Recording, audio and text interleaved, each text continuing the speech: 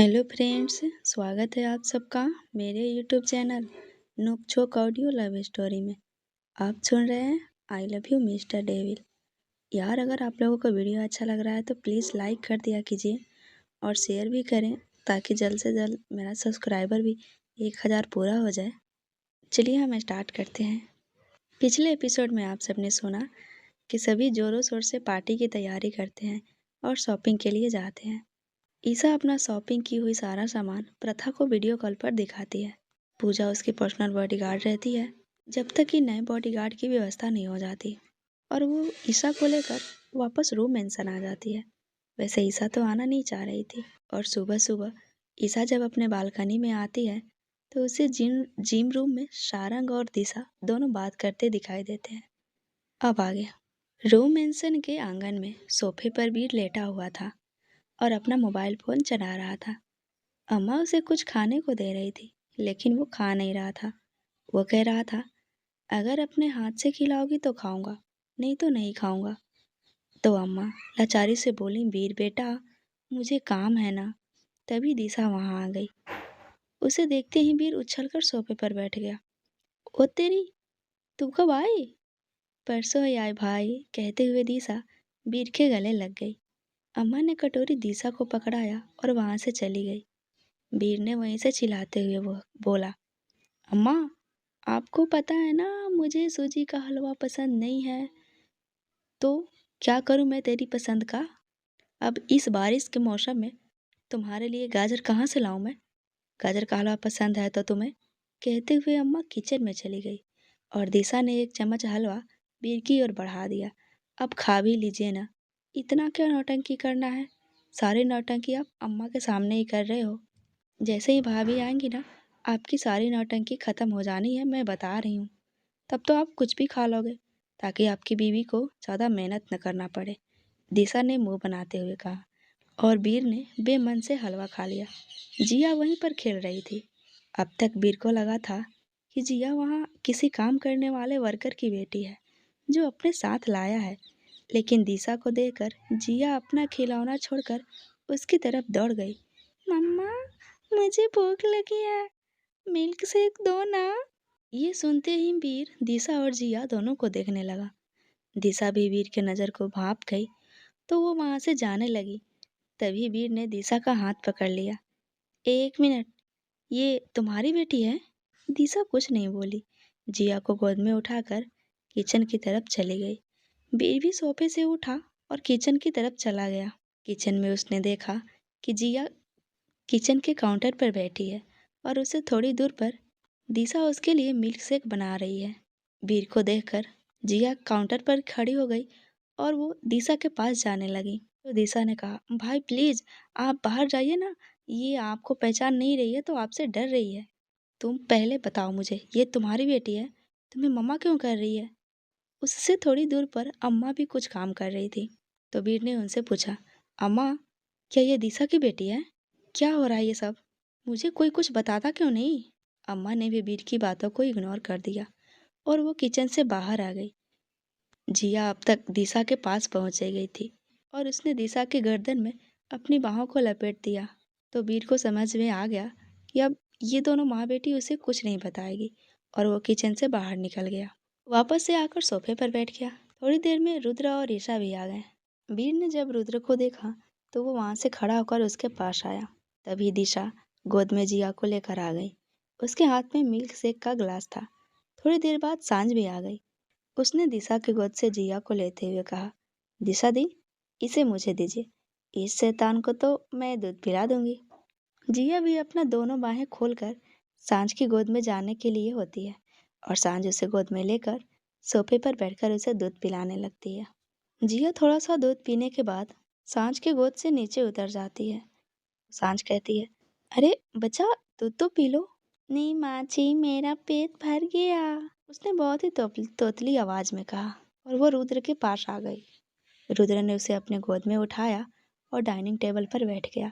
सभी अपनी अपनी चेयर पर बैठ गए। रुद्र ने अपने सामने ही टेबल पर जिया को बैठाया और उसका दूध का गिलास, जो कि आधा खाली था, जिया को देते हुए बोला, चलो जिसे जल्दी से खत्म करो। नहीं मामू, ये अच्छा नहीं है। अरे ऐसे कैसे अच्छा नहीं है? आपकी मम्मा ने बनाया है। नहीं, आप पीकर देखो। जिया के इतना कहने पर रुद्र ने उसका दूध पिया और उसने दिशा को देखा। दिशा भी उसे ही देख रही थी। रुद्र ने वो गिलास टेबल पर रख दिया। तुमने आधा कैसे पिया? ऐसे ही, भूख लगी थी तो पी गई। कहते हुए जिया रुद्र की गोदी से नीचे उतर गई। वो अंकल कहाँ हैं जो मुझे चॉकलेट देते हैं? जिया की बात सुनकर सभी उसे देखने लगे। वसीम ने एक दो बार शारंग को जिया को चॉकलेट देते हुए देखा था, तो उसे समझ में आ गया कि कहीं न कहीं जिया शारंग की बात कर रही है। और उसने बड़े ही प्यार से कहा, बेटा अंकल बाहर हैं। जिया रुद्र की गोद से उतर गई। मुझे अंकल के पास जाना है। और वो दौड़कर बाहर जाने लगी। तभी दिशा अपने चेयर से उठ गई, तो रुद्र ने उसे रोक दिया। तुम चुपचाप खाना खाओ। कब तक उसके पीछे पीछे भागती रहोगी? हाँ, वो बच्ची है अभी, खेलने दीजिए ना उसे, ईसा ने भी कहा। वीर रुद्र को एकदम नॉर्मल बिहेव करते देखकर समझ गया कि सबको पता है दिशा के बारे में। रुद्र भी वीर के चेहरे को देखकर उसके मन की बात को समझ रहा था। उसने उसका ध्यान भटकाने के लिए कहा, 15 अगस्त को इस बार मैं खुद बिग बॉस के ऑफिस जाऊंगा झंडोत्तोलन के लिए, तो ये बात आदि को बता देना। वीर ने कुछ नहीं कहा। और फिर रुद्र ने दिशा को एक नज़र देकर कहा, जब दूध बना रही हो तो दूध पर ध्यान दो।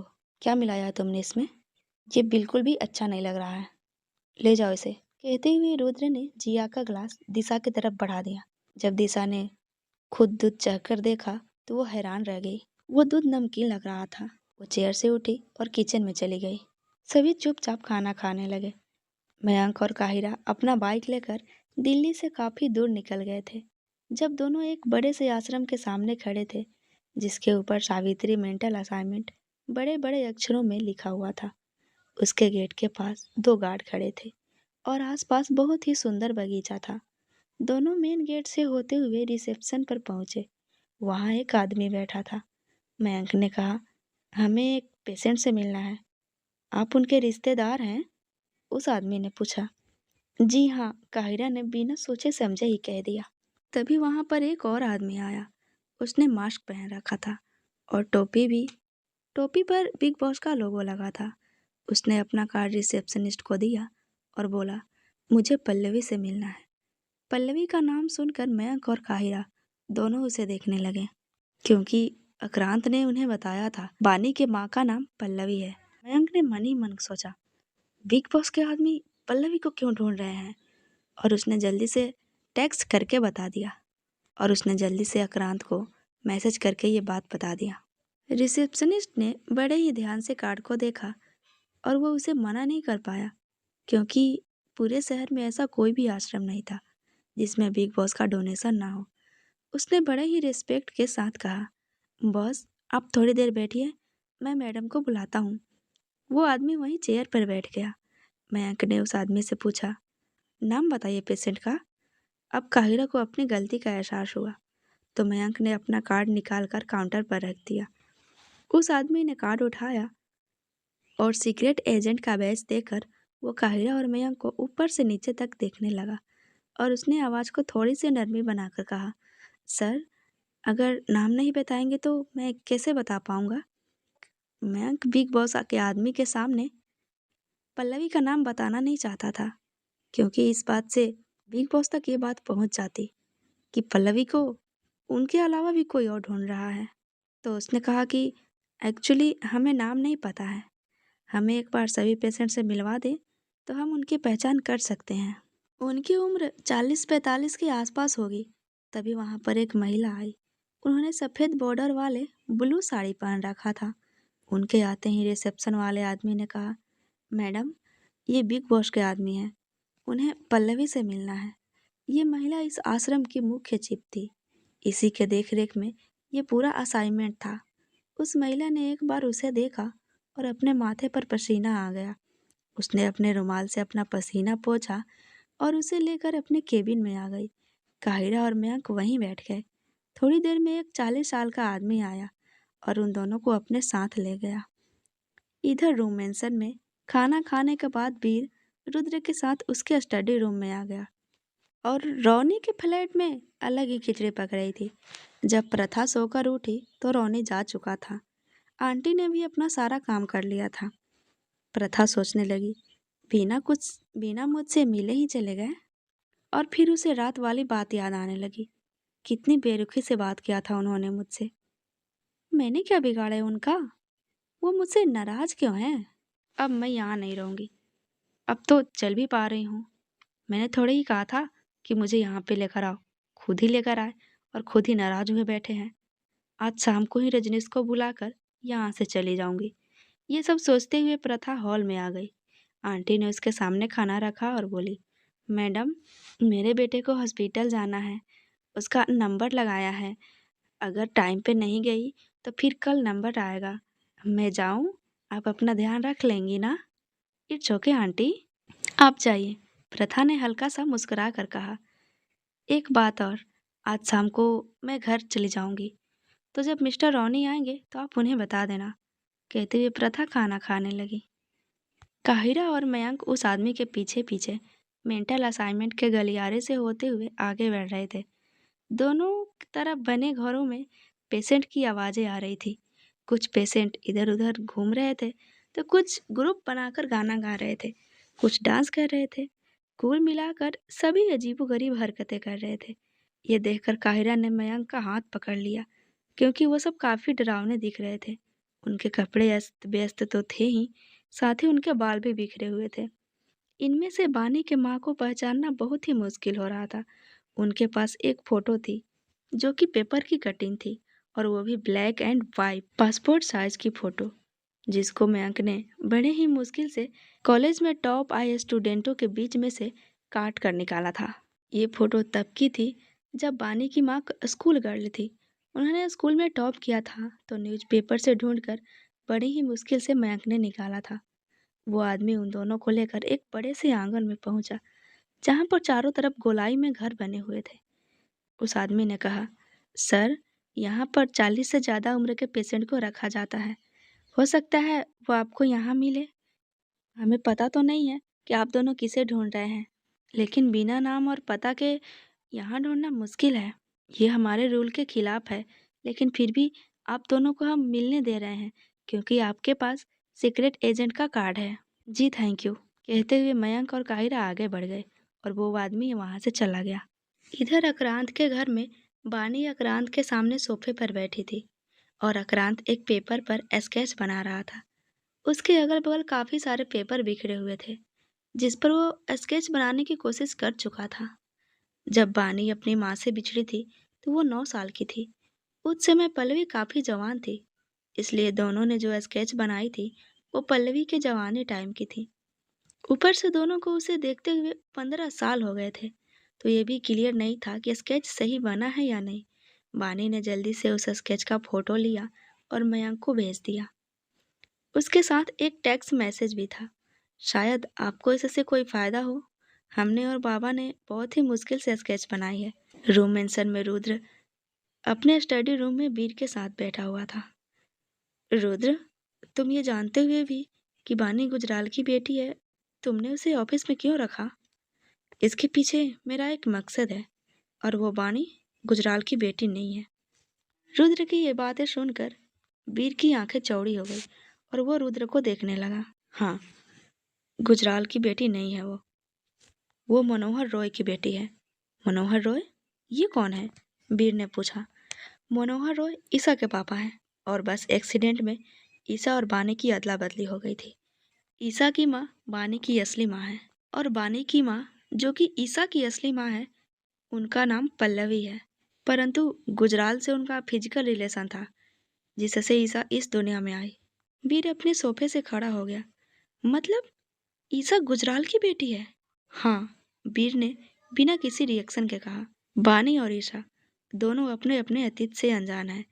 इतना कहने के बाद रुद्र ने गुजराल की नैनी सावित्री देवी के द्वारा बताई गई सारी बात वीर को बता दी। बानी को ये बात अच्छे से पता है कि पल्लवी उसकी असली माँ नहीं है, लेकिन उसे ये भी पता है कि पल्लवी उससे कितना प्यार करती थी। उसने उसका बहुत ही अच्छे से ध्यान रखा था, इसलिए वो पल्लवी को ही अपना माँ मानती थी। गुजराल ने इस वक्त पल्लवी को कहाँ रखा है ये नहीं पता है, लेकिन हमारे कॉन्टेक्ट ने ये पता लगाने की कोशिश की कि पल्लवी सावित्री मेंटल असाइनमेंट में थी। वो अब भी वहाँ है या नहीं, ये पता लगाने के लिए मैंने आदमी भेजे हैं। हमें इस बात की तह तक पहुँचने के लिए गुजराल से मिलना होगा। गुजराल ने भी बानी के सामने ये शर्त रखी थी, अगर वह हमारा ब्योदर प्रोजेक्ट का मॉडल चुरा कर गुजराल को देगी तो वह उसे अपनी माँ से मिलवाएगा। लेकिन उसका सोचा हुआ सब गलत हो गया। उसके पहले ही वो पुलिस के हत्थे चढ़ गया। बानी अपनी माँ को ढूंढने के लिए मिशन पर है और शायद वो तेरा इस्तेमाल कर रही है। रुद्र के मुंह से ये सब सुनकर वीर अवाक रह गया। तुझे इतना सब कुछ पता है और तुमने मुझे बतलाना जरूरी नहीं समझा? मुझे सिर्फ अब तक कुछ बातें ही पता है। मुझे सिर्फ तब तक की बातें पता है जब तक बानी और सावित्री देवी गुजराल के घर पर थे। 13 साल की बानी को आक्रांत लेकर आ गया और सावित्री देवी ने भी नौकरी छोड़ दी। उसके बाद ईसा की माँ के साथ क्या हुआ ये तो अब मिलने पर ही पता चलेगा। मुझे ये सब 2 दिन पहले ही पता चला है। देखते हैं हमारे आदमी पहले ढूंढ पाते हैं या बानी की टीम। कहते हुए रुद्र एक फाइल खोलकर देखने लगा। फिर वह थोड़ी देर तक रुक कर बोला, तुम बताओ, तुम्हारा और बानी का क्या चक्कर है? वीर को कार वाली बात याद आ गई। यार मुझे कुछ समझ नहीं आ रहा। जब मैं उसे देखता हूँ तो खुद को कंट्रोल नहीं कर पाता हूँ। ऐसा लगता है जैसे वो लड़की अपनी तरफ खींचती है मुझे। ये बात तो तुम भी बहुत अच्छे तरीके से जानते हो। बानी मेरे लाइफ में आने वाली पहली लड़की है और मैं अब उसके साथ रहना चाहता हूँ, उससे दूर होना नहीं चाहता। इन 10 दिन में ही हम बहुत आगे निकल चुके हैं। अब तक तो सिर्फ मैं उसके करीब जाता था, लेकिन कल वो खुद मेरे करीब आई। उसकी आंखों में मैंने कुछ महसूस किया जो रोज से अलग था। इतना कहकर वीर खामोश हो गया। रुद्र वीर को देखते हुए उसकी बातें सुन रहा था। वो भी तुमसे प्यार करती है? रुद्र ने पूछा। शायद नहीं, वीर ने कहा, पर कल जो हुआ वो अलग था। वीर बानी को याद करते हुए बोला। 10 दिन के मुलाकात में ही तुमने सब कर लिया? कहते हुए रुद्र रुक गया। मैंने कहा ना, जब वो अकेले में मेरे साथ होती है तो मैं सब कुछ भूल जाता हूँ यार। वो मुझे रोकती भी नहीं है। मुझे नहीं पता वो किस मकसद से मेरे करीब आए, लेकिन आगे जो भी होगा वो शायद अच्छा नहीं होगा। वीर अपने मन की बात अपने बेस्ट फ्रेंड को बता रहा था और रुद्र भी कुछ हद तक उसकी प्रॉब्लम सॉल्व करने के बारे में सोच रहा था। ऐसी कोई मुसीबत नहीं है जो रुद्र सिंघानिया को पछाड़ सके। उसके लिए भी हम तैयार रहेंगे। फिलहाल हमें वाणी पर नजर रखना है। रुद्र ने भी कहा। रुद्र? वीर ने रुद्र की तरफ देखकर कहा। हाँ बोलो। अगर वाणी इन सब में कुछ गलत करती है तो क्या तुम उसे भी सजा दोगे? गलती गलती होती है वीर। जो वाणी कर रही है वो गलती नहीं है। वो ये सब कुछ जानबूझकर कर रही है। लेकिन हमारा जो मकसद है कहीं ना कहीं वो इस घाटे से ज़्यादा बड़ा है। तो अभी हम वाणी को निकाल नहीं सकते। अभी वो हमारे काम की है। इधर हॉल में ईसा, दीसा, सांझ, वसीम, सारंग सभी जिया के साथ आंख मिचौली खेल रहे थे। जिया के आंखों पर पट्टी बंधी हुई थी और वो इधर उधर करके सबको अपनी हाथों से ढूंढने की कोशिश कर रही थी। तभी वहां पर देविका जी और जसवंत जी के साथ लसिका भी आ गई। उन तीनों को देखकर जिया सारंग के गोद में चढ़ने लगी। लसिका जिया के पास आई। हेलो जिया, मैं आपकी मासी हूँ। वीडियो कॉल पर देखा था आपने मुझे? जिया ने एक नज़र लसिका को देखा और अपनी दोनों बाहों को सारंग के गर्दन में लपेट लिया तथा अपना फेस उसके कंधे पर रखकर पीछे देखने लगी। सारंग ने भी उसे काफी जोर से हरक किया था। मैम, शायद ये आपको पहचान नहीं रही हैं। It's okay. दिशा ने जसवंत जी और देविका जी के पैर छुए। सांझ ने भी दोनों को हक किया और ईशा ने भी दोनों के पैर छुए। अम्मा ने भी हाथ जोड़कर दोनों को नमस्ते किया। इनके पीछे बाबूजी भी 2 बॉडीगार्ड के साथ घर में प्रवेश किए तो सांझ दौड़कर उनसे लिपट गई। बाबूजी ने बड़ी ही प्यार से सांझ के सिर पर हाथ फेरा। कैसी हो बिटिया? मैं ठीक हूँ, सांझ ने कहा और उनका हाथ पकड़ते हुए सोफे पर बिठाया। दिशा को हमेशा से लगता था कि सब सांझ को ज़्यादा प्यार करते हैं। रुद्र भी सांझ से ज़्यादा क्लोज है। उसे जब मन करता है तब किसी के भी गोद में चढ़ जाती है और दिशा अपनी ये सारी इच्छाएं अपने मन में दबा लेती थी। दिशा बेटा, सबके लिए पानी लाइए। जी, कहते हुए दिशा किचन में जाने लगी तो ईशा बोली, रुकिए मैं भी आती हूँ। कहते हुए ईशा दिशा दोनों किचन में चली गई। ये दिशा की बेटियां हैं ना? बाबूजी ने पूछा। जी, अम्मा ने कहा। सारंग ने जिया को अपनी गोद से उतारना चाहा, लेकिन वो नहीं उतरी, तो उसने उसे और कसकर पकड़ लिया। सारंग उसे लेकर बाहर गार्डन में आ गया और उसके साथ फुटबॉल खेलने लगा। ये सब कुछ शक्ति दादा सिक्योरिटी रूम की बालकनी से देख रहे थे और मन ही मन सोचे, कब तक तुम यूं ही सबसे ये बातें छुपाते रहोगे सारंग? कब तक अपनी भावनाओं को मारते रहोगे? मुझे अच्छे से पता है, रुद्र के 25वीं वर्षगांठ पर दिशा के साथ उस होटल रूम में तुम ही थे और ये बेटी भी तुम्हारी ही है। सोचते हुए वे एक टक दोनों बाप बेटी को देखने लगे। आंगन में सभी बैठकर चाय पी रहे थे। बाबूजी ने ईसा को अपने पास ही बैठाया था। उन्हें ईसा से कुछ अलग ही लगाव हो गया था।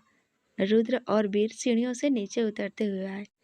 जसवंत जी और देविका जी को देखकर उसकी नज़र उन दोनों पर ही ठहर गई। रुद्र को देखते ही देविका जी खड़ी हो गई और रुद्र के पास जाने लगी।